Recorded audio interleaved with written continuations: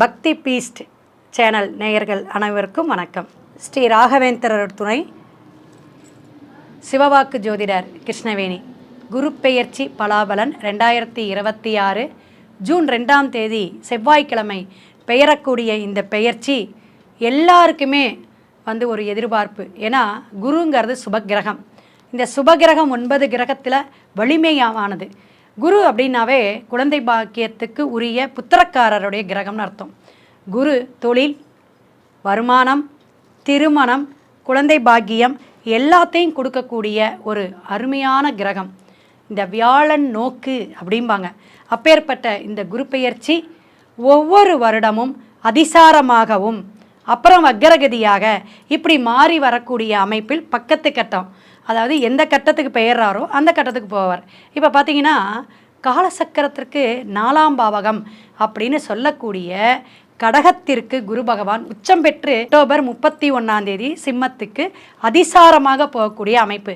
அப்புறமும் ஜனவரி 24 பார்த்தீங்கன்னா அந்த தேதியில் வக்கரகதியாக கடகத்துக்கு மீண்டும் ரிவர்ஸில் வரக்கூடிய காலகட்டங்கள். இப்படி குரு பெயர்ச்சி இந்த ஆண்டு 2 கட்டத்திலையும் பயணிக்கக்கூடிய அமைப்பில் மேச முதல் மீனம் வரை ஒவ்வொரு ராசிக்காரர்களுக்கும் என்னென்ன நல்ல விஷயங்கள் செய்ய போகிறாங்க, எப்படி நமக்கு இந்த குரு பலனை, இந்த குரு பலாபலனை நம்ம பயன்படுத்திக்கிறோம் அப்படிங்கிறத ஒவ்வொரு வீடியோவிலும் நம்ம தனித்தனியாக சொல்ல போகிறோம் பரிகாரத்துடன். ஏன் இந்த பரிகாரம் எதற்கு அப்படின்னு பார்த்தீங்கன்னா, திருமண தடை இருக்கலாம், குழந்தை பாக்கியம் ரொம்ப வருஷமாக இல்லாமல் இருக்கலாம், தொழில் நல்லா நான் உழைக்கிறேங்க அதற்கான வருமானம் இல்லை, கஷ்டப்படுறதுக்கான ஊதியம் இல்லை அப்படிங்கிறவங்களுக்கு எல்லாத்துக்குமே குரு நல்ல வலிமையாக வரும்பொழுது கண்டிப்பாக சிறப்பான பலாபலனை கொடுப்பாங்க. உச்சம் பெற்று வரக்கூடிய இந்த கடகராசியில் வரக்கூடிய அமைப்பு எல்லா ராசிக்காரர்களுக்கும் ஒரு ப்ளஸ்ஸுன்னே சொல்லலாம். ஏன்னா அந்த 12 கட்டத்திலையும் 12 ஆண்டுகள் ஒவ்வொரு ஆண்டாக பெயரக்கூடிய அமைப்பு குருக்கு உண்டு. அப்படிப்பட்ட குரு பகவான் உச்சம் பெறக்கூடிய அமைப்பில் வரும்பொழுது ஒவ்வொரு ராசிக்காரருக்கும் பல விஷயங்களை கெடுதல் பண்ண மாட்டார். ஏன்னா தன்னோட சந்திரன்கிற இடத்துல குருச்சந்திர யோகமாக அமரக்கூடிய அமைப்பு ஒரு ப்ளஸ் தானுங்களே. அது எல்லா ராசிக்காரர்களுக்கும் ஒரு ப்ளஸ் அப்படின்னே சொல்லலாம். அதிகமாக லாபத்தையும் அதிகமான வருவாயையும் அதிகமான ஒரு விஷயத்தையும் ஜெயிக்க போகக்கூடிய ராசிகளும் இதில் உண்டுங்க. இதை நீங்கள் கவனத்தில் எடுத்துக்கணும். மிக சிறப்பான இந்த குரு பெயர்ச்சியோட பலாபலனில் இன்னும் ஒரு முக்கியமான விஷயம் என்ன அப்படின்னா, உங்களுடைய ஜாதக கட்டத்தில், ஜனன ஜாதக கட்டத்தில் குரு எங்கே இருக்கிறார். ஏன்னா எல்லாருக்கும் என்னங்க, எனக்கு பணம் வரணும், நான் ஒரு 50 பவுன் நகையை அடமானம் வச்சுருக்கேன், கடன் ஒரு 10 லட்சம் 20 லட்சம் வாங்கியிருக்கேன், அல்லது 1 கோடி வாங்கியிருக்கேன், இதெல்லாம் பணம் வந்தால் தான் நம்ம தீர்க்க முடியும், நம்மளுடைய வருமானத்தையும் பெருக்கணும். அப்போ இதுக்கெல்லாமே குரு எந்த இடத்துக்கு வந்தால் அந்த வரும்பொழுது நமக்கு அந்த பணத்தை ஈட்டக்கூடிய அமைப்பு அப்படிங்கிறது உங்களுடைய குருவுக்கு, இங்கே வரக்கூடிய அந்த கோச்சார குருவுக்கும் ஒரு தொடர்பு இருக்கணும். அதை நீங்கள் ஃபோன் பண்ணி தான் கேட்டுக்கணும். ஒவ்வொரு ராசிக்கும் இனி வரும் வீடியோவில் நம்ம பலாபலனை பார்ப்போம். மீன ராசி நேயர்களே எப்படி இருக்கீங்க? நிறைய ஜாதகம் பார்க்குறதுல மீன ராசியும் ரொம்ப புலம்பல் கண்ணை கசக்கிக்கிட்டு இருக்கீங்கன்னு நல்லா தெரியுது. ஏன்னா அவ்வளவு மனசு உங்களுக்கு பக்குவம்னா உங்ககிட்ட தான் இருக்குது. மனசு அவ்வளவு வலி அப்படின்னாலும் உங்ககிட்ட தான் இருக்குது. ஏன்னா ஜென்ம சனி மேடம், 7.5 சனி மேடம், வேலை போச்சு மேடம், பொண்டாட்டி என் பேச்சை கேட்குறதே இல்லை, ரொம்ப வருமானமே நின்று போச்சு, புலம்பல் புலம்பல் புலம்பல் அல்லது முணுமுணுக்கிறது. அப்போ மீன ராசிக்கு இவ்வளோ கஷ்டங்கள் எல்லாமே சரியாகுமா? இந்த குரு பெயர்ச்சி நம்ம மேடம் மாதிரி நல்லா சொல்லுவாங்களா? கண்டிப்பாக நல்ல விஷயம் நடக்கும். குருவுடைய இடமான உங்களுடைய குரு பகவான் 5ஆம் இடம் பூர்வ புண்ணிய ஸ்தானம்னு சொல்லக்கூடிய கடகத்தில் போய் உச்சம் பெற்று அருமையாக உட்கார்றாருங்க. ஏன்னா குருவுடைய நட்சத்திரமே அங்கே இருக்குது, குருவுடைய அதிபதியும் நீங்கள் தான். அப்போ 12ஆம் பாவகத்தில் மோட்சஸ்தானம் வீடு பேர் அடையக்கூடிய அந்த ரொம்ப சுக்கிரன் உச்சம் பெற்ற இடம் எதுங்க? உங்கள் இடம்தான். இந்த சிறப்பெல்லாம் கொஞ்ச நாள் கஷ்டப்பட்டுட்டேன், இனிமேல் நல்லா இருக்க போதும். ஜூன்லேருந்து சூப்பர் உங்களை பார்க்க போகிறார். யாருங்க? குரு பார்க்குறார். 5ஆம் இடத்துல உட்காந்து நீங்கள் எந்தெந்த வேண்டுதல், குழந்தைகளுக்காக அல்லது குலதெய்வத்துக்காக, உங்கள் பூர்வ புண்ணியமெல்லாம் இனிமேல் தான் பேச போகுதுங்க.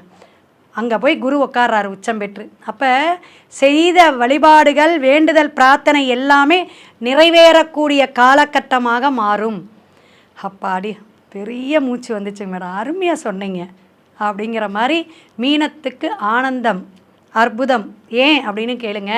5ஆம் பார்வையாக 9ஆம் இடத்தை, எந்த இடத்த பார்க்குதுங்க? விருச்சிகத்தை பார்க்குது. உறவுகளிடையே பிரச்சனைகள், செவ்வாய்னத சகோதர சகோதரிகள், அவங்க வீட்டில் கல்யாணம் நடக்கலாம், குழந்தைக்கு பிறக்கலாம், ஏதாவது சுபகாரியம் நடக்குங்க. யாரோட வீட்டிலங்க?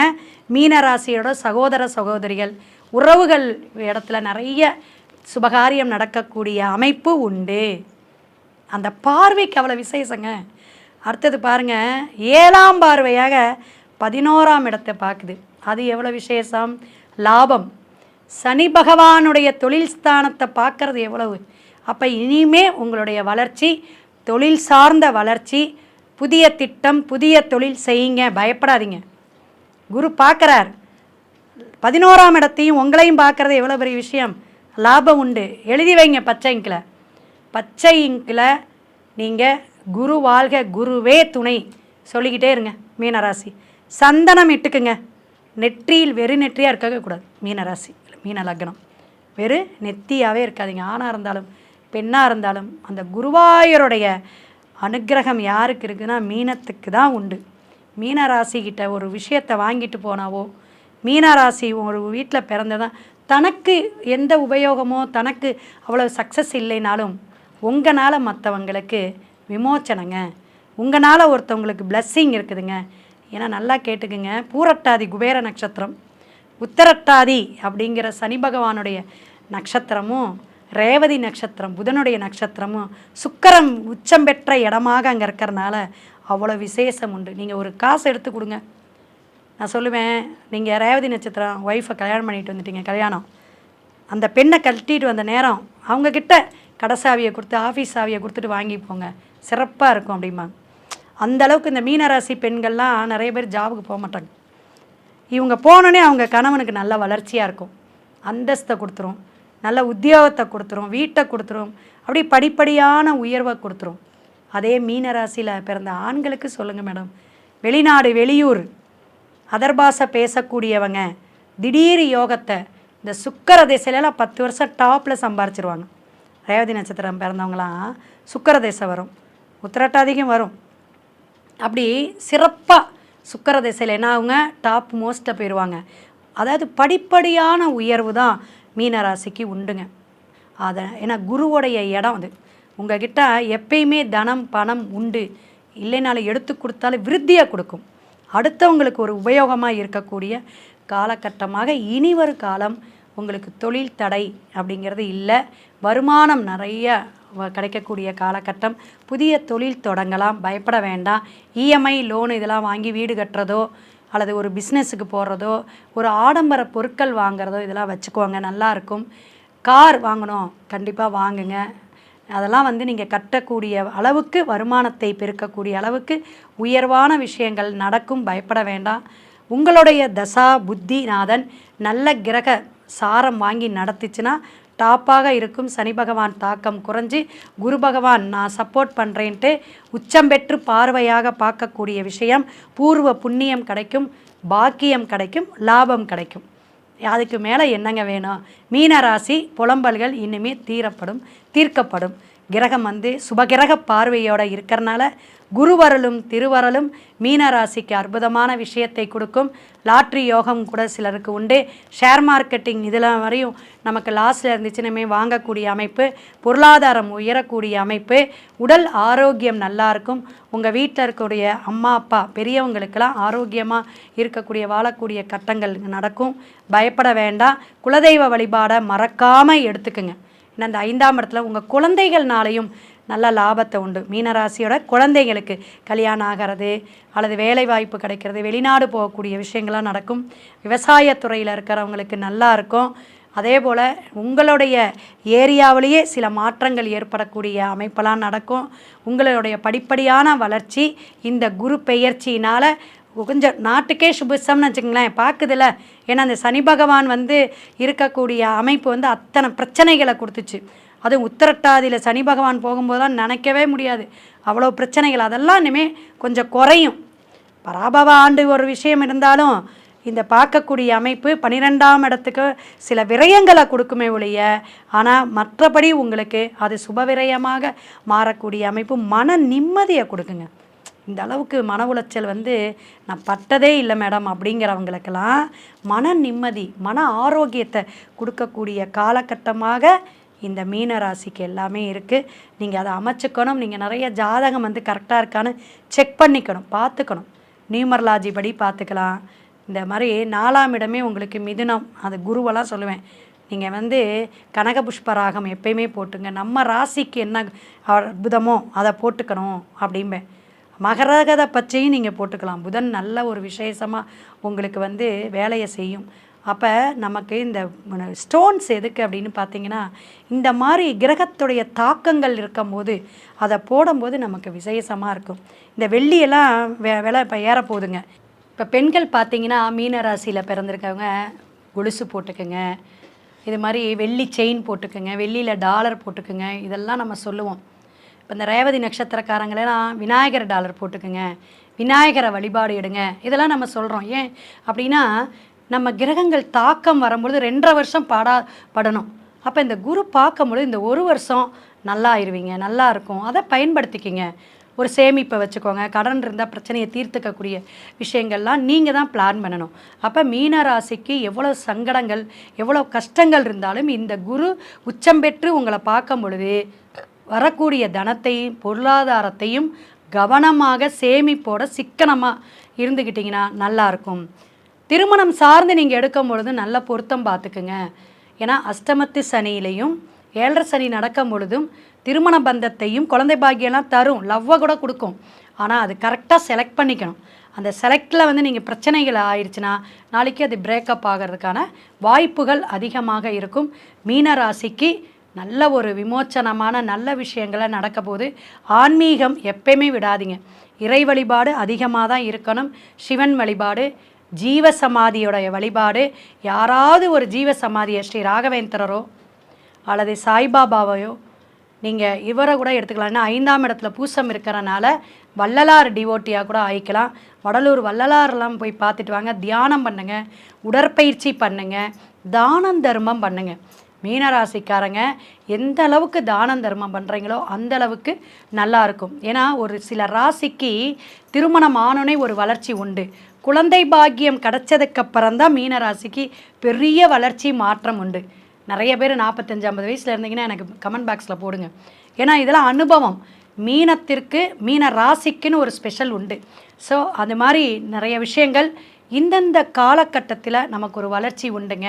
அப்போ தாங்க வீடு வாங்கினேன், அப்போ தான் கார் வாங்கினேன், என் பையன் பொண்ணு பிறந்தோடனே தான் எனக்கு ஒரு நல்ல காலகட்டமாக நல்ல ஒரு யோகமாக இருந்துச்சு. அந்த யோகம் நமக்கு நிலையாக இருக்கக்கூடிய விஷயங்கள்.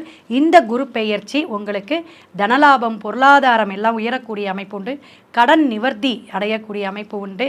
இதெல்லாம் நீங்கள் சரிவர செஞ்சுக்கணும். ஜாதகத்தையும் டிஸ்பிளேயில் என்னோடய ஃபோன் நம்பர் வருது, போட்டு நீங்கள் கேட்டுக்குங்க ஒரு தடவை. ஏன்னா நம்மளுடைய தசாபுத்தி எப்படி இயங்குது, இது கோச்சாரம் தான். அப்போ கோச்சார கிரகத்துடைய அமைப்பு நல்லா இருக்குது. ++, 90%, சூப்பர் 90% சொல்லலாம். மீனத்துக்கு அவ்வளவு அற்புதமான காலகட்டங்கள். இனி வரும் ஜூன் 2ஆம் தேதியிலேருந்து படிப்படியான உயர்வை, வளர்ச்சியை உங்கள் பொருளாதாரமாக, தொழிலில் இருக்கட்டும், ஜாபில் இருக்கட்டும், அதே திருமண தடை இருந்தாலும் அதெல்லாம் சரியாகக்கூடிய காலகட்டமாக இருப்பினும் மகான் வழிபாடு ரொம்ப சிறப்பாக இருக்கணும். மகானுடைய பெயர் நாமத்தை உச்சாடனம் பண்ணிக்கிட்டே இருங்க. அவருடைய படத்தையோ அல்லது சிலையோ வாங்கி மந்திராலயம் கூட நீங்கள் ஒரு டைம் போயிட்டு வந்துடலாம். சனிக்கிழமை அல்லது வியாழக்கிழமை போயிட்டு சேவிச்சிட்டு வாங்க. ரொம்ப ரொம்ப சிறப்பாக இருக்கும். ஏன்னா மிருகஷீரிடம்னா ரொம்ப சிறப்புங்க. மீனத்துக்கு 4ஆம் இடம் கேந்திரமாக வரனால, அதை 3 நாளுக்குடையவர் மிருகஷீரத்தில் இருக்கனால உங்களுக்கு மந்திராலயம் போயிட்டு வரும்போது ஒரு விமோச்சனம் கிடைக்கும், சிறப்புன்னு சொல்லலாம். இதெல்லாம் நீங்கள் அதாவது நட்சத்திரப்படியும் நம்ம எடுக்கக்கூடிய விஷயங்கள்லாம் இருக்குது. ஸோ இந்த வழிபாடு உங்களுக்கு நல்லா இருக்கும். சனி பகவானுடைய தாக்கம் இன்னும் குறையணும் அப்படின்னா வேயுரு தோழிபங்கன் அப்படின்னு ஆரம்பிக்கக்கூடிய கோளறு திருப்பதிகம் பாராயணம் பண்ணிட்டு வாங்க, கேட்டுட்டே வாங்க. உங்களுக்கு அற்புதமாக இருக்கும். குருவருளும் திருவருளும் கண்டிப்பாக மீனராசிக்கு பல மாற்றத்தை கொடுக்கக்கூடிய அமைப்பில் காத்திருக்கு. பயன்பாட்டுக்கு வச்சுக்கோங்க. அதாவது மேசம் முதல் மீனம் வரை ஒவ்வொரு ராசிக்காரர்களுக்கும் பலாபலன் குரு பெயர்ச்சியால் என்ன கிடைக்கும், அதே போல் அவங்களுக்கு என்ன பரிகாரம் அப்படிங்கிறத நம்ம சொல்லியிருக்கோம். இதெல்லாம் கோச்சார கிரகத்துடைய பயன்பாடு மட்டும்தான். மேற்கொண்டு ஜனன ஜாதகத்தில் கிரக கோச்சாரம் எப்படி இருக்குது, தசாபுத்திநாதன் எப்படி செயல்பாட்டில் இருக்குங்கிறத நீங்கள் ஜாதகத்தை பார்த்துக்கணும். சிவாய நம. திருச்சிற்றம்பலம்.